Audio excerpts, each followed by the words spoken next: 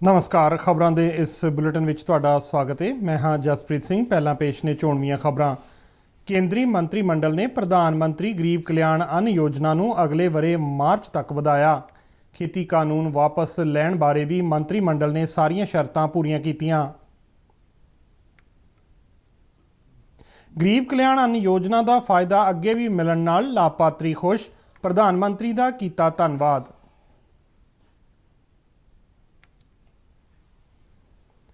मुख मंत्री वालों पंजाबी यूनीवर्सिटी पटियाला की सालाना ग्रांट नेड़ 240 करोड़ रुपए करने का ऐलान।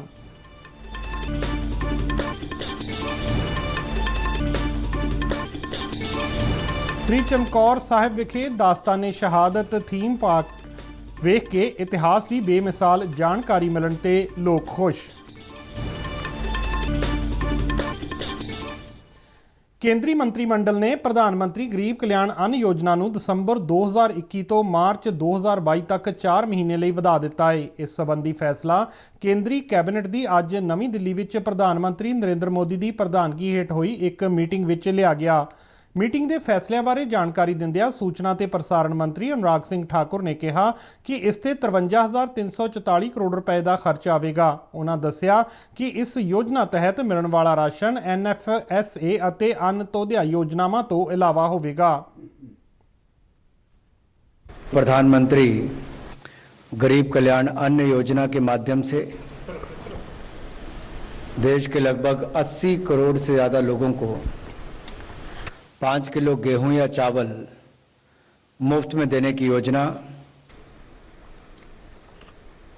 जो मार्च 2020 से लेकर अब तक लगभग 15 महीने तक देश के करोड़ों को देने का काम किया है, करोड़ों लोगों को देने का काम किया है, उसमें दिसंबर 2021 से लेकर मार्च 2022 तक 4 महीने के लिए बढ़ाने का निर्णय किया गया है।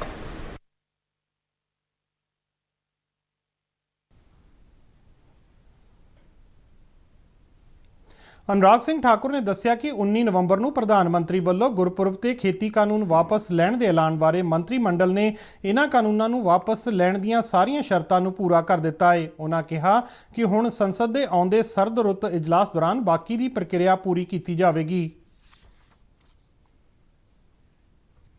कैबिनेट ने तीनों बिल वापस लेने का जो औपचारिकता है उसको पूरा किया है।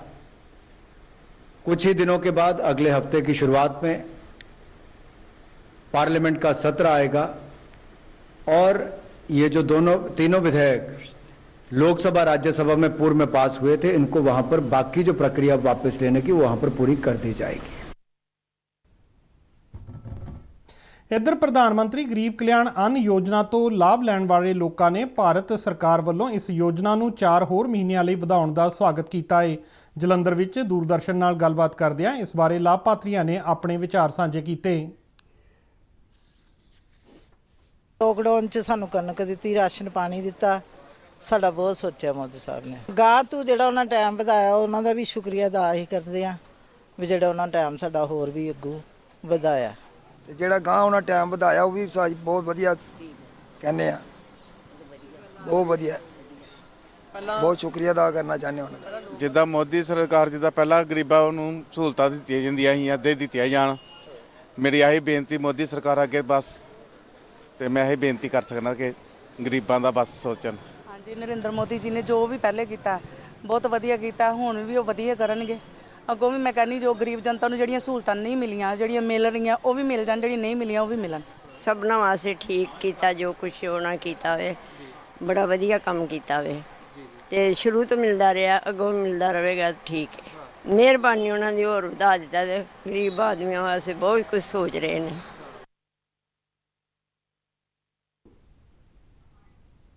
इस दौरान साबका मुख्यमंत्री कैप्टन अमरिंदर सिंह ने केंद्रीय मंत्रिमंडल वालों 3 खेती कानूनों को रद्द करने संबंधी बिल को मंजूरी दिते जाण मगरों किसानों को बधाई दी है। एक ट्वीट विच कैप्टन सिंह ने कहा कि उन्होंने यकीन है कि किसान छेती ही अपने परिवारों समेत वापस परत आउणगे।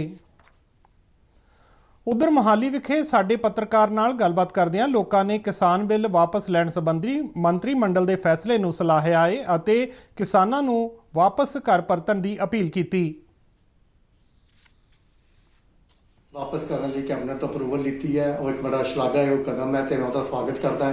ਜਿਵੇਂ ਮੋਦੀ ਸਾਹਿਬ ਨੇ ਉਸ ਦਿਨ ਕਿਹਾ ਕਿ ਮੈਂ ਇੱਕ ਸਹੀ ਮਨ ਨਾਲ ਸਹੀ ਨੀਤ ਨਾਲ ਇਹ ਬਿੱਲਾਂ ਲੈ ਕੇ ਆਇਆ ਸੀਗਾ ਤੇ ਪਰ ਕਿਸਾਨ ਜਥੇਬੰਦੀਆਂ ਨੂੰ ਜਾਂ ਕੁਝ ਵਰਗ ਨੂੰ ਮੈਂ ਸਮਝਾ ਨਹੀਂ ਸਕਿਆ ਤੇ ਉਹਨਾਂ ਨੇ ਵੱਡਾ ਵੀ ਦਿਲ ਦਿਖਾਉਂਦੇ ਉਹ ਉਸ ਵਰਗ ਦੀ ਸਨਮਾਨ ਕਰਦੇ ਹੋਏ ਉਹਨਾਂ ਦੀ ਭਾਵਨਾ ਦੀ ਕਦਰ ਕਰਦੇ ਹੋਏ ਇਹ ਬਿੱਲ ਵਾਪਸ ਲਿੱਤੇ। ਇਹ ਜੋ ਉਹਨਾਂ ਦੀ ਸੋਚ ਹੈ ਇਹ ਬਾਕੀ ਸ਼ਲਾਘਾਯੋਗ। ਆੜਤੀ ਐਸੋਸੀਏਸ਼ਨ ਵੱਲੋਂ ਧੰਨਵਾਦੀ ਹਾਂ ਮੋਦੀ ਸਰਕਾਰ ਦਾ ਕਿ ਉਹਨਾਂ ਨੇ ਇਹ ਕਦਮ ਚੁੱਕਿਆ ਤੇ ਕਿਸਾਨ ਵੀਰਾਂ 'ਚ ਆੜਤੀ ਵਰਗ 'ਚ ਬਹੁਤ ਖੁਸ਼ੀ ਦੀ ਲਹਿਰ ਹੈ ਇਹਨੂੰ ਲੈ ਕੇ।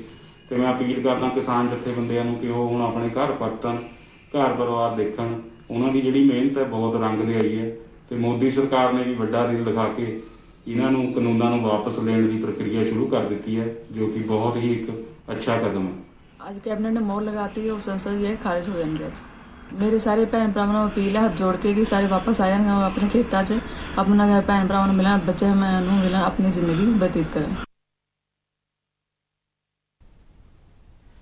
ਬੀਜੇਪੀ ਦੇ ਕੌਮੀ ਜਨਰਲ ਸਕੱਤਰ ਤਰੁਣ ਚੁੱਘ ਨੇ ਪੰਜਾਬ ਦੀ ਕਾਂਗਰਸ ਸਰਕਾਰ ਤੇ ਰਾਸ਼ਟਰ ਵਿਰੋਧੀ ਅਤੇ ਵੰਡ ਪਾਓ ਅਨਸਰਾਂ ਦੇ ਤੁਸ਼ਟੀਕਰਨ ਦਾ ਦੋਸ਼ ਲਗਾਇਆ ਹੈ।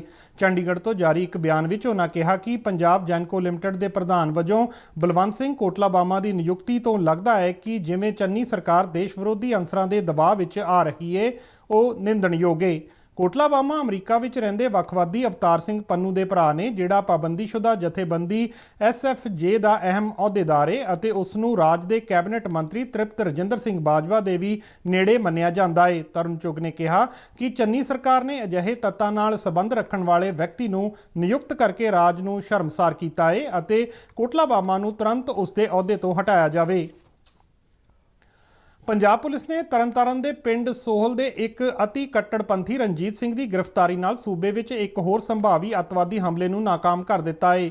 ਪੰਜਾਬ ਦੇ DGP ਇਕਬਾਲਪ੍ਰੀਤ ਸਿੰਘ ਸਹੋਤਾ ਨੇ ਇਸ ਬਾਰੇ ਦੱਸਿਆ ਕਿ ਰਣਜੀਤ ਸਿੰਘ ਕੋਲੋਂ 2 ਚੀਨੀ P86 ਹੱਥ ਗੋਲੇ ਅਤੇ 2 ਪਿਸਤੌਲਾਂ ਸਮੇਤ ਜ਼ਿੰਦਾ ਕਾਰਤੂਸਾਂ ਤੋਂ ਇਲਾਵਾ ਇੱਕ ਮੋਟਰਸਾਈਕਲ ਬਰਾਮਦ ਹੋਇਆ ਹੈ। ਉਹਨਾਂ ਕਿਹਾ ਕਿ ਪੁੱਛਗਿੱਛ ਦੌਰਾਨ ਰਣਜੀਤ ਸਿੰਘ ਨੇ ਖੁਲਾਸਾ ਕੀਤਾ ਹੈ ਕਿ ਉਸਨੇ ਸਮਾਜਿਕ ਕੰਮਾਂ ਦੇ ਬਹਾਨੇ ਫੰਡ ਇਕੱਠਾ ਕਰਨ ਲਈ ਕੌਮ ਦੇ ਰਾਖੇ ਨਾਂ ਦਾ ਇੱਕ ਗਰੁੱਪ ਬਣਾਇਆ ਸੀ। ਰਣਜੀਤ ਸਿੰਘ ਨੇ ਇਹ ਵੀ ਮੰਨਿਆ ਕਿ ਉਸ ਨੂੰ ਹਾਲ ਹੀ ਵਿੱਚ ਹਥਿਆਰਾਂ ਅਤੇ ਵਿਸਫੋਟਕਾਂ ਦੀ ਇੱਕ ਖੇਪ ਮੁਹੱਈਆ ਕਰਵਾਈ ਗਈ ਸੀ ਅਤੇ ਉਹ ਸੂਬੇ ਵਿੱਚ ਅੱਤਵਾਦੀ ਹਮਲਾ ਕਰਨ ਦੀ ਯੋਜਨਾ ਬਣਾ ਰਿਹਾ ਸੀ। ਅਦਾਲਤ ਨੇ ਰਣਜੀਤ ਸਿੰਘ ਦਾ 4 ਦਿਨ ਦਾ ਪੁਲਿਸ ਰਿਮਾਂਡ ਦਿੱਤਾ ਹੈ। ਪੰਜਾਬ ਦੇ ਮੁੱਖ ਮੰਤਰੀ ਚਰਨਜੀਤ ਸਿੰਘ ਚੰਨੀ ਨੇ ਪੰਜਾਬੀ ਯੂਨੀਵਰਸਿਟੀ ਪਟਿਆਲਾ ਦੀ ਸਾਲਾਨਾ ਗ੍ਰਾਂਟ ਇਨ ਏਡ 114 ਕਰੋੜ ਰੁਪਏ ਤੋਂ ਵਧਾ ਕੇ 240 ਕਰੋੜ ਰੁਪਏ ਕਰਨ ਦਾ ਐਲਾਨ ਕੀਤਾ ਹੈ। ਯੂਨੀਵਰਸਿਟੀ ਦੀ ਅੱਜ ਆਪਣੀ ਪਹਿਲੀ ਫੇਰੀ ਦੌਰਾਨ ਅਧਿਆਪਕਾਂ, ਮੁਲਾਜ਼ਮਾਂ ਅਤੇ ਵਿਦਿਆਰਥੀਆਂ ਨੂੰ ਸੰਬੋਧਨ ਕਰਦਿਆਂ ਉਹਨਾਂ ਕਿਹਾ ਕਿ ਯੂਨੀਵਰਸਿਟੀ ਸਿਰ ਚੜ੍ਹੇ 150 ਕਰੋੜ ਰੁਪਏ ਦੇ ਕਰਜ਼ ਨੂੰ ਵੀ ਪੰਜਾਬ ਸਰਕਾਰ ਉਤਾਰੇਗੀ। ਉਹਨਾਂ ਕਿਹਾ ਕਿ ਪੰਜਾਬ ਸਿੱਖਿਆ ਮਾਡਲ ਅਤੇ ਸਿੱਖਿਆ ਅਦਾਰਿਆਂ ਨੂੰ ਮਾਲੀ ਸੰਕਟ ਵਿੱਚੋਂ ਕੱਢਿਆ ਜਾਵੇਗਾ। ਸ੍ਰੀ ਚਮਕੌਰ ਸਾਹਿਬ ਵਿਖੇ ਸਿੱਖ ਇਤਿਹਾਸ ਨੂੰ ਦਰਸਾਉਂਦੇ ਦਾਸਤਾਨੇ ਸ਼ਹਾਦਤ ਥੀਮ ਪਾਰਕ ਨੂੰ 22 ਨਵੰਬਰ ਤੋਂ ਆਮ ਸੈਲਾਨੀਆਂ ਲਈ ਖੋਲ੍ਹ ਦਿੱਤਾ ਗਿਆ ਹੈ। ਇਸ ਮਗਰੋਂ ਥੀਮ ਪਾਰਕ ਵਿੱਚ ਸੈਲਾਨੀਆਂ ਦੀ ਆਮਦ ਰੋਜ਼ਾਨਾ ਵਧ ਰਹੀ ਹੈ। ਇੱਕ ਰਿਪੋਰਟ।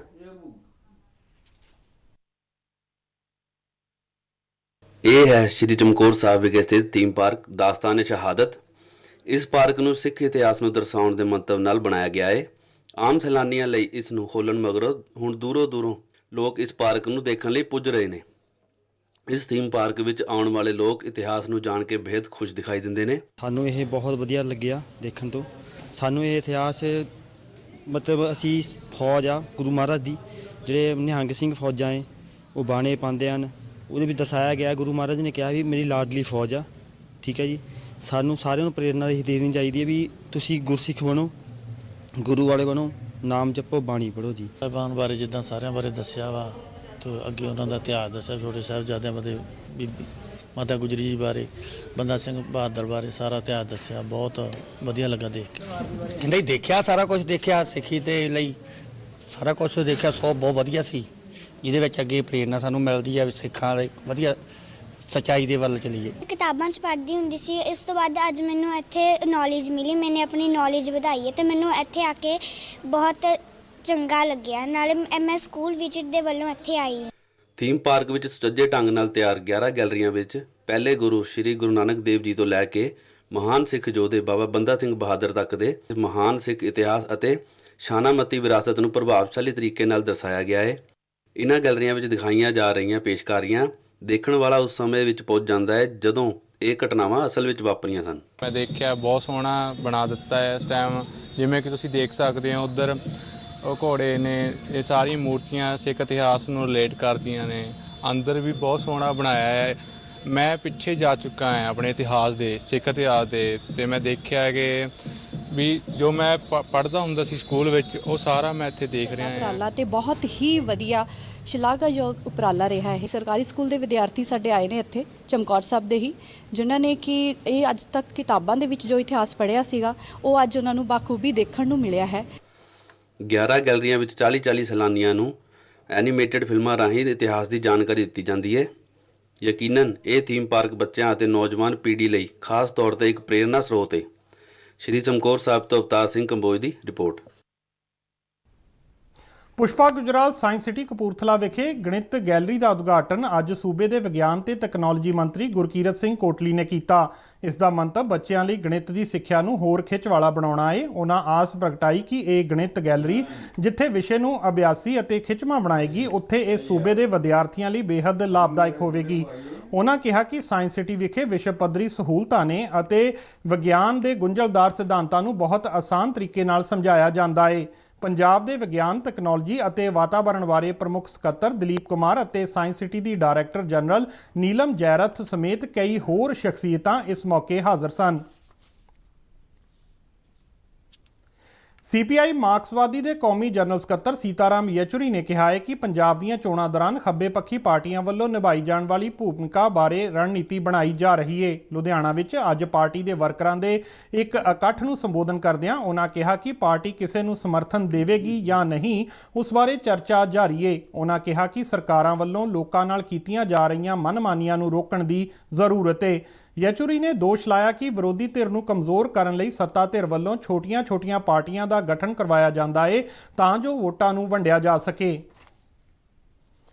ਲਘੂ ਉਦਯੋਗ ਭਾਰਤੀ ਦੇ ਆਲ ਇੰਡੀਆ ਪ੍ਰਧਾਨ ਬਲਦੇਵ ਭਾਈ ਪ੍ਰਜਾਪਤੀ ਅਤੇ ਜਨਰਲ ਸਕੱਤਰ ਘਨਸ਼ਾਮ ਓਝਾ ਦੀ ਅਗਵਾਈ ਹੇਠ ਦੇਸ਼ ਵਿੱਚ ਬਜਟ ਤੋਂ ਪਹਿਲਾਂ ਦੇ ਸੁਝਾਅ ਇਸ ਸੰਸਥਾ ਦੇ ਦੇਸ਼ ਭਰ ਦੇ ਸੂਬਾ ਪ੍ਰਧਾਨਾਂ ਤੋਂ ਮੰਗੇ ਗਏ ਨੇ।